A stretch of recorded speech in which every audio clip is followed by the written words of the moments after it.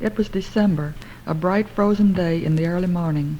Far out in the country there was an old Negro woman with her head tied in a red rag, coming along a path through the pine woods. Her name was Phoenix Jackson. She was very old and small, and she walked slowly in the dark pine shadows, moving a little from side to side in her steps with the balanced heaviness and lightness of a pendulum and a grandfather clock. She carried a thin, small cane made from an umbrella, and with this she kept tapping the frozen earth in front of her. This made a grave and persistent noise in the still air that seemed meditative, like the chirping of a solitary little bird. She wore a dark striped dress reaching down to her shoe-tops, and an equally long apron of bleached sugar sacks with a full pocket, all neat and tidy, but every time she took a step she might have fallen over her shoelaces, which dragged from her unlaced shoes. She looked straight ahead. Her eyes were blue with age. Her skin had a pattern all of its own, of numberless branching wrinkles, as though a whole little tree stood in the middle of her forehead. But a golden color ran underneath, and the two knobs of her cheeks were illumined by a yellow burning under the dark. Under the red rag her hair came down on her neck in the frailest of ringlets, still black, and with an odor like copper. Now and then there was a quivering in the thicket. Old Phoenix said, "Out of my way, all you foxes, owls, beetles, jackrabbits, coons, and wild animals. Keep out from under these feet, little bob whites. Keep the big wild hogs out of my path. Don't let none of those come running in my direction. I got a long way."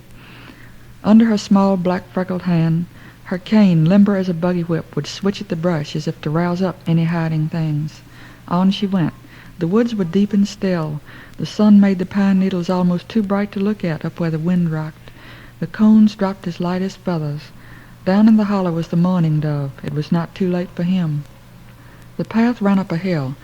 "Seem like there's change about my feet time I get this far," she said, in the voice of argument old people keep to use with themselves. "Something always take a hold of me on this hill, pleads I should stay." After she got to the top she turned and gave a full, severe look behind her where she had come. "Up through pines," she said at length, "now down through oaks." Her eyes opened their widest, and she started down gently, but before she got to the bottom of the hill a bush caught her dress. Her fingers were busy and intent, but her skirts were full and long, so that before she could pull them free in one place they were caught in another. It was not possible to allow the dress to tear. "I and the thorny bush," she said. "Thorns, you doing your appointed work. Never want to let folks pass, no sir. Old eyes thought you was a pretty little green bush." Finally, trembling all over, she stood free, and after a moment dared to stoop for her cane. "Sun so high," she cried, leaning back and looking while the thick tears went over her eyes. "The time getting all gone here." At the foot of this hill was a place where a log was laid across the creek. "Now comes the trial," said Phoenix. Putting her right foot out, she mounted the log and shut her eyes. Lifting her skirt, leveling her cane fiercely before her, like a festival figure in some parade, she began to march across. Then she opened her eyes and she was safe on the other side. "I wasn't as old as I thought," she said. But she sat down to rest. She spread her skirts on the bank around her and folded her hands over her knees. Up above her was a tree and a pearly cloud of mistletoe. She did not dare to close her eyes, and when a little boy brought her a plate with a slice of marble cake on it, she spoke to him. That would be acceptable, she said. But when she went to take it, there was just her own hand in the air. So she left that tree and had to go through a barbed wire fence. There she had to creep and crawl, spreading her knees and stretching her fingers like a baby trying to climb the steps. But she talked loudly to herself. She could not let her dress be torn now so late in the day, and she could not pay for having her arm or her legs sawed off if she got caught fast where she was. At last she was safe through the fence and risen up out of the clearing. Big dead trees like black men with one arm were standing in the purple stalks of the withered cotton field. There sat a buzzard. "Who you watching?" In the forest she made her way along. "Glad this not the season for bulls," she said, looking sideways, "and the good Lord made his snakes to curl up and sleep in the winter.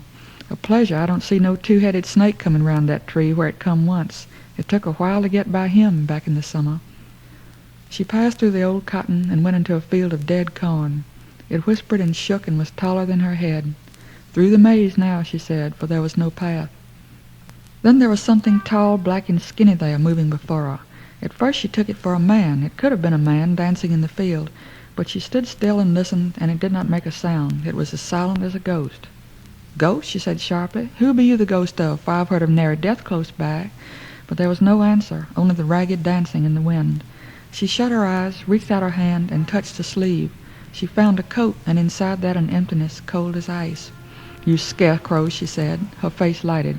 "I ought to be shut up for good," she said with laughter. "My senses is gone. I too old. Are the oldest people I ever know. Dance, old scarecrow," she said, "while I dancing with you." She kicked her foot over the furrow, and with mouth drawn down, shook her head once or twice in a little strutting way. Some husks blew down and whirled in streamers about her skirts. Then she went on, parting her way from side to side with the cane, through the whispering field. At last she came to the end, to a wagon track, where the silver grass blew between the red ruts. The quail were walking around like pullets, seeming all dainty and unseen. "Walk pretty," she said. "This the easy place. This the easy going." She followed the track, swaying through the quiet bare fields, through the little strings of trees silver in their dead leaves, past cabins silver from weather, with the doors and windows boarded shut, all like old women under a spell sitting there. "I walking in their sleep," she said, nodding her head vigorously. In a ravine she went where a spring was silently flowing through a hollow log. Old Phoenix bent and drank. "Sweet gum makes the water sweet," she said, and drank more. "Nobody know who made this well, for it was here when I was born." The track crossed a swampy part where the moss hung as white as lace from every limb. "Sleep on, alligators, and blow your bubbles." Then the track went into the road. Deep, deep the road went down between the high green-colored banks. Overhead the live oaks met, and it was as dark as a cave. A black dog with a lolling tongue came up out of the weeds by the ditch. She was meditating and not ready, and when he came at her she only hit him a little with her cane. Over she went in the ditch like a little puff of milkweed. Down there her senses drifted away. A dream visited her, and she reached her hand up, but nothing reached down and gave her a pull. So she lay there and presently went to talking. "Old woman," she said to herself, "that black dog come up out of the weeds to stall you off, and now there he's sitting on his fine tail, smiling at you." A white man finally came along and found her. A hunter, a young man with a dog on a chain. "Well, Granny," he laughed, "what are you doing there?" "Lying on my back like a June bug waiting to be turned over, mister," she said, reaching up her hand. He lifted her up, gave her a swing in the air, and set her down. "Anything broken, Granny?" "No, so them old dead weeds is springy enough," said Phoenix, when she had got her breath. "I thank you for your trouble." "Where do you live, Granny?" he asked, while the two dogs were growling at each other. "Away back yonder, sir, behind the ridge. You can't even see it from here." "On your way home?" "No, sir, I gone to town." "Why, that's too far. That's as far as I walk when I come out myself, and I get something for my trouble." He patted the stuffed bag he carried, and there hung down a little closed claw. It was one of the bob whites, with its beak hooked bitterly to show it was dead. "Now you go on home, Granny." "I bound to go to town, mister," said Phoenix. "The time come around." He gave another laugh, filling the whole landscape. "I know you old colored people wouldn't miss going to town to see Santa Claus." But something held old Phoenix very still. The deep lines in her face went into a fierce and different radiation. Without warning, she had seen with her own eyes a flashing nickel fall out of the man's pocket onto the ground. "How old are you, Granny?" he was saying. "There's no telling, mister," she said, "no telling." Then she gave a little cry and clapped her hands and said, "Get away from here, dog. Look at that dog." She laughed as if in admiration. "He ain't scared of nobody. He a big black dog," she whispered. "Sick him." "Watch me get rid of that cur," said the man. "Sick him, Pete, sick him." Phoenix heard the dogs fighting and heard the man running and throwing sticks. She even heard a gunshot. But she was slowly bending forward by that time. Further and further forward, the lids stretched down over her eyes as if she were doing this in her sleep. Her chin was lowered almost to her knees. The yellow palm of her hand came out from the fold of her apron. Her fingers slid down and along the ground under the piece of money with the grace and care they would have in lifting an egg from under a setting hen. Then she slowly straightened up. She stood erect, and the nickel was in her apron pocket. A bird flew by. Her lips moved. "God watching me the whole time. I come to stealing." The man came back, and his own dog panted about them. "Well, I scared him off that time," he said, and then he laughed and lifted his gun and pointed it at Phoenix. She stood straight and faced him. "Doesn't the gun scare you?" he said, still pointing it. "No, sir, I seen plenty go off closer by in my day, and for less than what I done," she said, holding utterly still. He smiled and shouldered the gun. "Well, Granny," he said, "you must be 100 years old and scared of nothing. I'd give you a dime if I had any money with me. But you take my advice and stay home, and nothing will happen to you." "I'm bound to go on my way, mister," said Phoenix. She inclined her head in the red rag. Then they went in different directions, but she could hear the guns shooting again and again over the hill. She walked on. The shadows hung from the oak trees to the road like curtains. Then she smelled wood smoke and smelled the river, and she saw a steeple and the cabins on their steep steps. Dozens of little black children whirled around her. There ahead was Natchez, shining. Bells were ringing. She walked on. In the paved city it was Christmas time. There were red and green electric lights strung and crisscrossed everywhere, and all turned on in the daytime. Old Phoenix would have been lost if she had not distrusted her eyesight and depended on her feet to know where to take her. She paused quietly on the sidewalk where people were passing by. A lady came along in the crowd carrying an armful of red, green, and silver-wrapped presents. She gave off perfume like the red roses in hot summer, and Phoenix stopped her.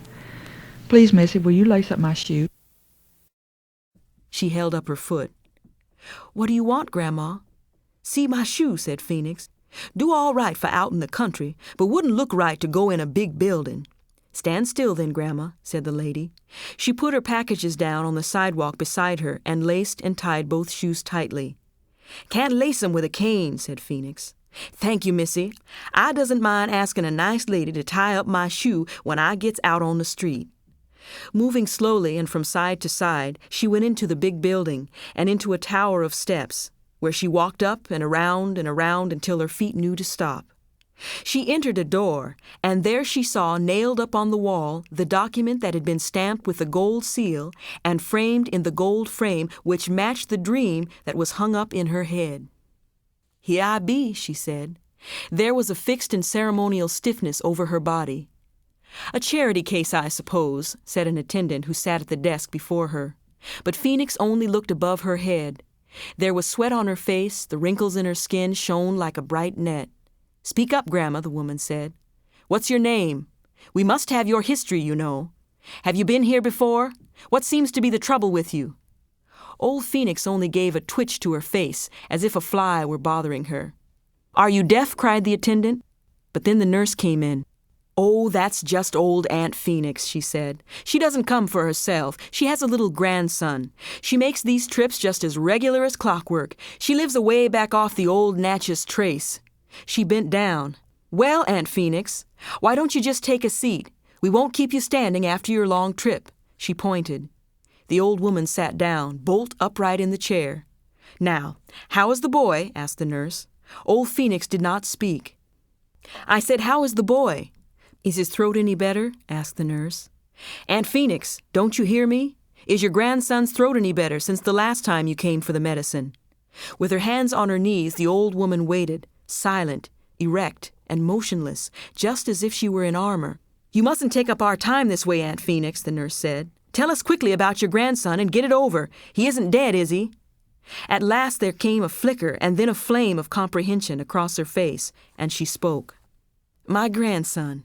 It was my memory had left me. There I sat and forgot why I made my long trip." "Forgot?" the nurse frowned. "After you came so far?" Then Phoenix was like an old woman begging a dignified forgiveness for waking up frightened in the night. "I never did go to school. I was too old at the surrender," she said, in a soft voice. "I'm an old woman without an education. It was my memory failed me. My little grandson, he is just the same, and I forgot it in the coming." "Throat never heals, does it?" said the nurse, speaking in a loud, sure voice, to old Phoenix. By now she had a card with something written on it, a little list. "Yes, swallowed lie. When was it? January, 2-3 years ago?" Phoenix spoke, unasked now. "No, missy, he not dead. He just the same.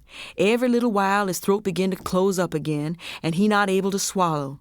He not get his breath. He not able to help himself. So the time come round, and I go on another trip for the soothing medicine. All right, the doctor said as long as you came to get it, you could have it," said the nurse. "But it's an obstinate case. My little grandson, he sit up there in the house all wrapped up waiting by himself," Phoenix went on. "We is the only two left in the world. He suffer and it don't seem to put him back at all. He got a sweet look. He going to last. He wear a little patch quilt and peep out holding his mouth open like a little bird. I remember so plain now. I'm not going to forget him again, no, the whole enduring time. I could tell him from all the others in creation, all right." The nurse was trying to hush her now. She brought her a bottle of medicine. "Charity," she said, making a check mark in a book. Old Phoenix held the bottle close to her eyes and then carefully put it into her pocket. "I thank you," she said. "It's Christmas time, Grandma," said the attendant. "Could I give you a few pennies out of my purse?" 5 pennies is a nickel, said Phoenix stiffly. Here's a nickel, said the attendant. Phoenix rose carefully and held out her hand. She received the nickel and then fished the other nickel out of her pocket and laid it beside the new one. She stared at her palm closely, with her head on one side. Then she gave a tap with her cane on the floor.